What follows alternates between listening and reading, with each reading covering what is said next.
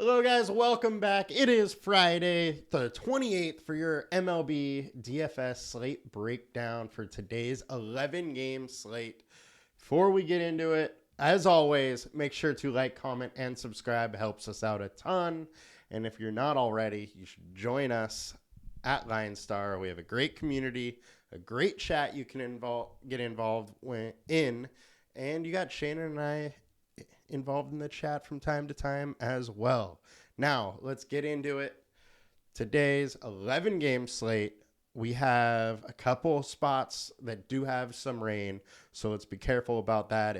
I don't think the Mets game is going to play. Mets versus Braves, and then Washington versus Pittsburgh looks doubtful as well. Just pay attention to those as we come a little closer to the slate, because it's weather. You never really know what's going to happen. But I wouldn't be surprised if in those spots we see kind of an early PPD, which is possible. So now let's jump in to the slate itself and go to pitching. Jacob deGrom. Jacob DeGoat is highest owned, as he should be. He's obviously an incredible pitcher. My only worry for him is just pitch count. So last time out versus Oakland, he only went 80 pitches. He racked up an 11 Ks because he has a 41% K rate, but he only went 80. The game before that was when he left due to some sort of tightness or some precautionary issue and went 58 pitches. So at his price, my one worry is his health. And how long is he going to pitch? If they're not worried about him and he's back up into 90, I think he's in a great matchup, especially because there's a chance Aaron Judge is not playing today, and you take Judge out of that lineup, and this Yankees lineup is nowhere near as scary. So digging into his numbers a little bit, 1.31 FIP to start the year, absolutely insanely low. 41% K rate as we're talking about. The combined K rate, 32%. That's just kind of unheard of. Only person really doing that, Spencer Strider. So 11.5 K. It's expensive, but by far, the highest ceiling, especially if he's able to go 90 plus pitches. Next, we got Framber versus the Phillies. Framber's a really good pitcher. The only issue with him is his strikeout rate. It is 26-27%. You usually want a little bit higher if you're pushing that 10K rate. But Philadelphia striking out 27.7% versus lefties. So that is where the matchup is interesting. He's a ground ball pitcher, keeps the ball down, so limits home runs. He has been letting some hard contact. But again, at least the ball's been staying down, and he's been really good versus Philadelphia. If you see here, don't know, it might be cut off a little bit, but his K rate in 21 plate appearances is 47.6% versus Phillies. So that is very interesting. Combined K rate, 25%. Think he's in a decent spot. Don't mind going to him. Alek Manoah is an interesting one. He has not been great, but he is way underpriced. He did show some signs of life last game. He's had 2 good games, 3 absolute blowout games, so we're not sure what we're going to see here. Seattle's a good offense, though, so, pick your poison if you want to go with him. He is way underpriced. He hasn't been good to start the year, and this Seattle offense is pretty good. So I would say it's kind of a toss-up. Our projections are saying, be in on him. The, last 20 starts data says be in on him. It's just the last 5 start data that kind of looks a little rough. So we don't really know what's going on. Maybe he's a little injured or just not fully into season form yet.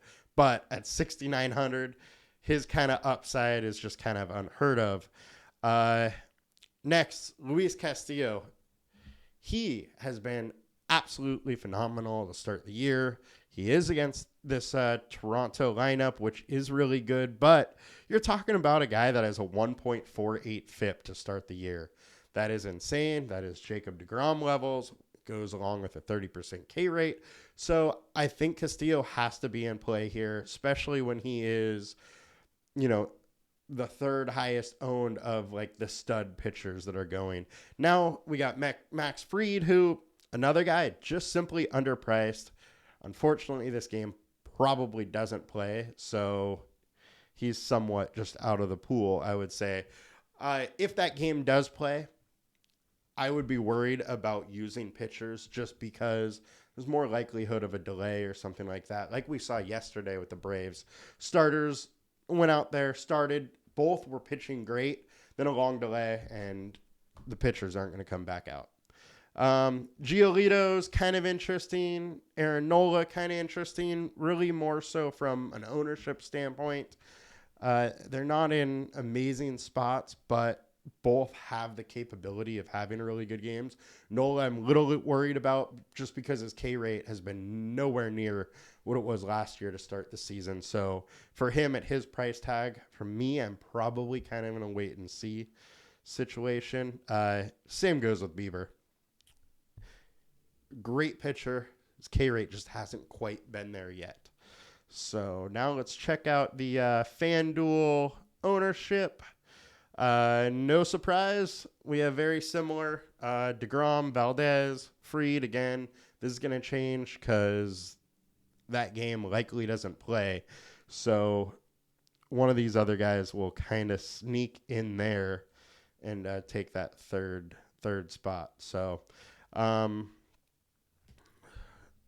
the issue on FanDuel, it's a game theory thing. So do you want to pay the Jacob deGrom price and have that ownership, or try and get a little bit different and hope deGrom just isn't fully stretched out again? We really haven't heard what Texas plans to do yet, so try and pay attention for that news too. If they say he's fully stretched out, it's hard to not play the GOAT. Now, let's get into some stack attacks. And while it loads, so we do have a Coors slate. So with that, the highest owned is obviously going to be Arizona. Pittsburgh is sneaking up there. I do like Pitt, but again, it's in a game where I just don't think it's going to play. So we can probably just X out that and not worry about it. So with that, by far the highest ownership is going to be Arizona. And with two games likely not playing, I would say more ownership will come into this game. And I would expect the P-owned to be over 100, later in the day once those games are actually PPD'd. But can't really go wrong. I mean, it's a Colorado game, decent weather. Freeland has been a decent pitcher, but he's way worse at home. And he's had some away starts to start the season. So 4.48 FIP. Colorado bullpen's meh. I think you can attack Arizona, especially if this ownership stays this low, which I don't think it will because their game total is like 3 runs higher than anybody else. So now let's go into the projected Tampa Bay. I love the stack today. The one thing, though, is you are going against Giolito, so it could very easily bust. Giolito can keep runs down. 3.83 FIP over his last 20. 4.14 over the last 5. So he's been in similar form as last season so far to start the year. But this Tampa team is just good, and if they're able to get Giolito out of the game a little early, then it's just right for the picking. That White Sox bullpen just is not very good. Now, Texas is another one I like. Clark Schmidt, he's been allowing a ton of home runs, a ton of hard contact. So I think Texas is a really nice pivot today, going in pretty low owned. Angels are okay. The one thing is Milwaukee's bullpen's really good, and Wade Miley rarely gets like really blown up. He allows, 2 to 4 runs, something like that, but he doesn't allow 6, 7, 8, and with a good bullpen. I don't know if that happens. This Angels team is hitting well, though, so I understand if you want to go there. All right, and now, let's go to the value stacks here. And the highest value is Oakland. This Oakland team has been kind of interesting lately.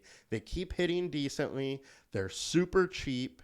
And going against Luis Cessa, who isn't that great. He's been allowing three or four runs every game. And in short work, he's only getting into the fifth inning. He hasn't seen the sixth. And so after that, you're going to see the bullpen.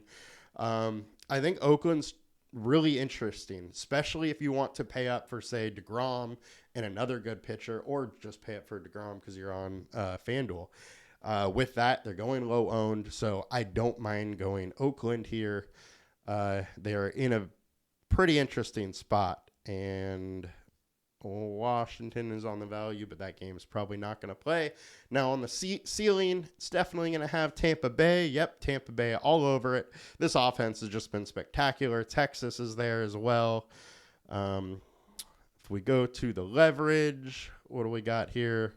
It is Oakland all over the place. And highest FIP. Pittsburgh likely doesn't play. Let's go to the teams. We'll select all. Let's take out Pittsburgh. Oops. Now it goes. Take out Pittsburgh.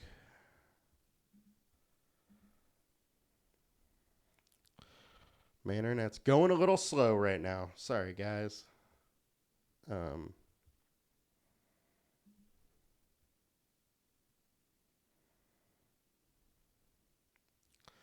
Probably just take that out and let it go. No, it only has. All right. Anyways, so other stacks I like Cleveland. I think Cleveland's really interesting. So Pivetta, 5.4 FIP over his last five. He hasn't been any better, 5.19. This is a guy last year that we love to pick on from time to time. Their bullpen is decent, however, but Pivetta's a vet. They're going to, give him time to try and work out of any jams he gets in, and it could actually hurt them fairly bad. Milwaukee is one that I'm really interested in today, and it's not really coming up on the stack tool easily right now, but Anderson just hasn't been good. You see his 3.89 FIP over the last 20. That's really just because last year with the Dodgers, he was really good. To start this year, he has been really bad. 5.85 FIP. Low average exit velocity, but decent amount of hard contact. So I like this spot. I also like the Dodgers. The Dodgers I really like. 5.24 FIP over his last 20 for Flaherty, 5 over the last 5. Decent amount of hard contact. The lefties are really hitting Flaherty hard, so you're going to like, say, the Muncy, Outman, Freeman. Those guys are in real good spots today. And then down the board, obviously Tampa Bay. We talked about that bad bullpen. Cincinnati, it's kind of interesting. We don't really know what Oakland's doing pitching yet, but their bullpen is terrible. And if this turns into a bullpen game, man, you really got to like Cincinnati then. And we already talked about Oakland. Seattle's kind of an interesting one just because Manoah hasn't been great. Manoah is also high owned, so you get some nice leverage there. It is a little risky just because Manoah, over his career has been a really good pitcher. And Texas, way down the list here, but I think you got to like it. Clark Schmidt, only a 4.1 implied total, but I don't always, fall for that with Vegas. The other thing is, for whatever reason, when DeGrom's on the mound, a lot of the times guys don't hit. I don't know what it is. Maybe they just don't feel like they have to. But Schmidt hasn't been good. 5.74 FIP, 46% hard contact, 42 mile an hour average exit velocity. He's been getting blown up. So I think Texas is in a good spot. And that is what we got today. I appreciate you guys joining me. I will be back on Tuesday. I'm actually going to be out of town on Monday, so sorry I will not be able to help you on Monday, but we will be back Tuesday. Good luck tonight. Good luck this weekend. And also a little tip for this weekend. Padres are playing in Mexico versus the Giants. The stadium that they're playing in is 2,000 feet higher than Coors. It also looks like it's going to be good weather. So there's probably going to be a lot of runs, a lot of home runs. The ballpark they're playing in is also the size of more like Cincinnati, not like Coors. So I think that game's going to have a lot of hitting, probably those two games. So over the weekend, Padres Giants are going to look good. Have a good one, guys. Talk to you later. Bye.